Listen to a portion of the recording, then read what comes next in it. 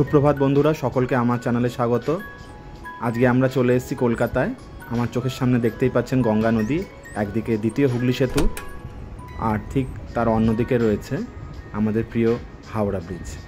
আজকে আমরা চলে যাব কলকাতায় অবস্থিত রিজার্ভ ব্যাঙ্ক অফ ইন্ডিয়ার মিউজিয়ামে। কলকাতার বাবুঘাট বা বিবাদীবাগ চত্বর থেকে পায়ে হেঁটে 10 মিনিটে আমরা এই মিউজিয়ামে পৌঁছে যাব। এখন আমাদের সামনে রয়েছে মেটকা ফল, এটিও একটি হেরিটেজ বিল্ডিং। আর এই জায়গাটি তো পুরোটাই নানা রকম হেরিটেজ বিল্ডিংয়ে ভর্তি। তার উল্টো দিকেই রয়েছে LICর হেডকোয়ার্টার। খুব সুন্দর লাগে এই জায়গাটিতে আসলে। এখানে আসলে ছবি তুলতে আগ্রহী হয়ে ওঠে।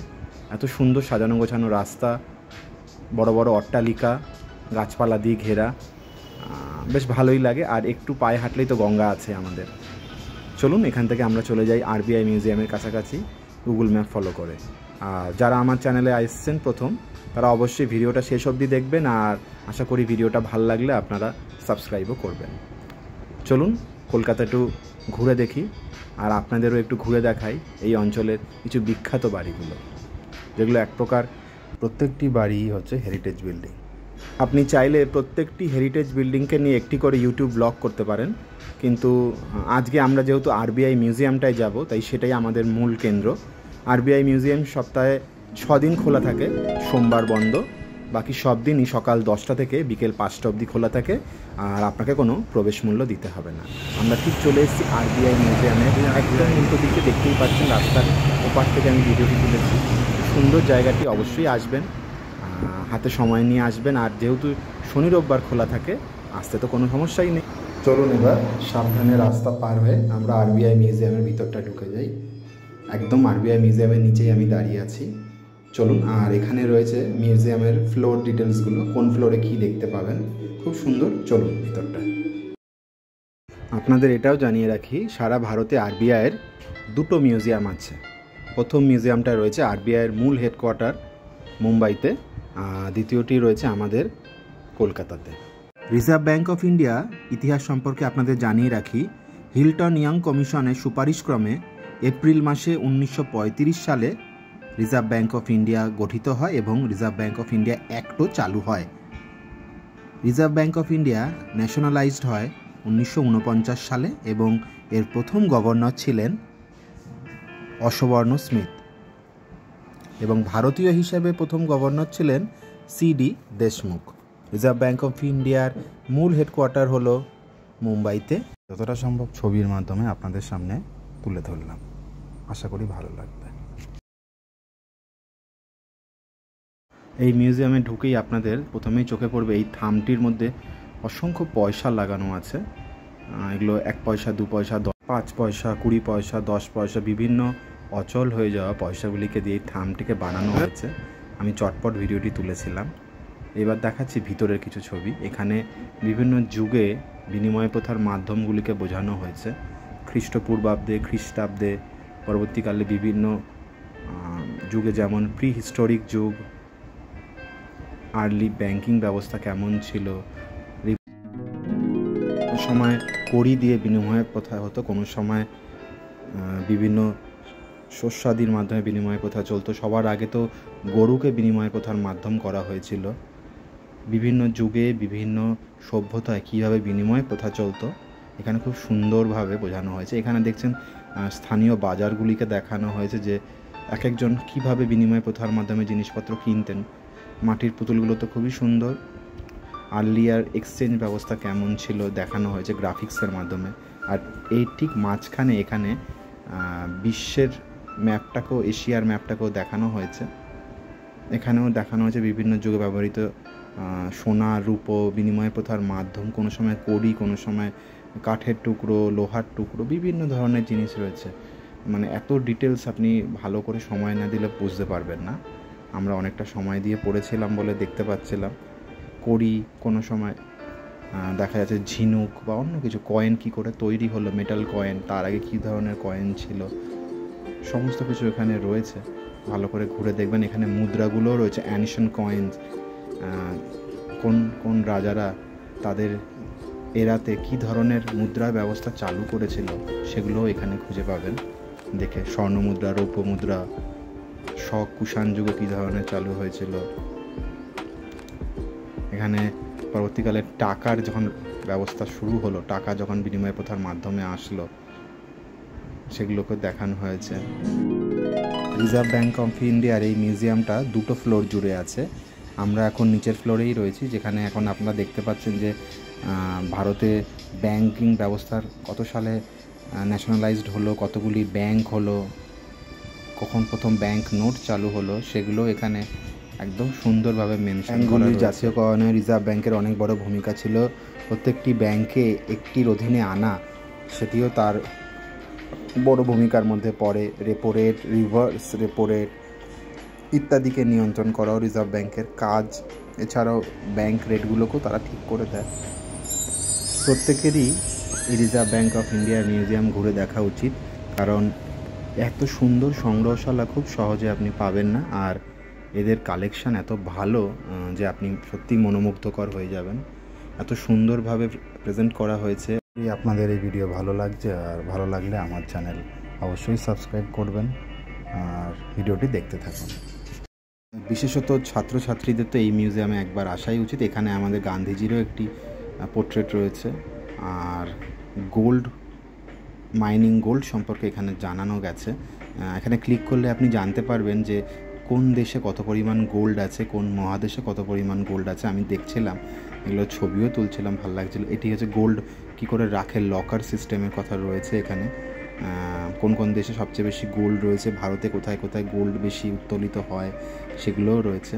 অনেক অজানা বিষয়, খুব ভালো লাগবে। আর পুরোটাই প্রেস ডিজিটাল ওয়েতে, মানে আপনি ক্লিক করবেন, আপনার সামনে উত্তর চলে আসবে। এখানে রয়েছে যে আগেকার দিনে কীভাবে ঋণ ব্যবস্থা ছিল, তখন ধার বা ঋণ ব্যবস্থা চলতো। Early days reserve bank of ইন্ডিয়ার এখানের ইনিশিয়াল ডেজ কেমন ছিল। তখন প্রথমে এদের চিহ্নতে বাঘ ও পাম গাছ ছিল, বর্তমানে সেখানে কী করে বিবর্তনের মাধ্যমে সিংহ এসছিল কয়েনে, লায়ন ক্যাপিটাল যেটা হলো। রুপি কথাটা কী করে ডিজাইন হয়েছে এখানে রয়েছে। এখানে নোট ছাপানোর মেশিনগুলো সম্পর্কে রয়েছে। ইউভি রেজ মাধ্যমে আপনি কী করে জাল নোট ধরা যাবে, আগেকার দিনে কীভাবে নিয়ম ছিল, মানে টেকনোলজি কী করে উন্নত হয়েছে, এগুলো না দেখলে আপনি বুঝতে পারবেন না। আর এগুলো খুব বেশ ভালোই লাগবে। আপনি যে স্ট্রিমেরই ছাত্র হন না কেন, আপনার ঘুরে দেখতে ভালোই লাগবে। আর ছবি তো তুলতেই পারবেন, আর সময়ের কোনো বাধ্যবাধকতা নেই। যত সময় চাই আপনার কাছে রয়েছে, আপনি ছবি তুলুন, দেখুন। শুধু ভিডিওটা করতে দিচ্ছে না। আর এখানকার নিরাপত্তা রক্ষীরাও খুব সজাগ।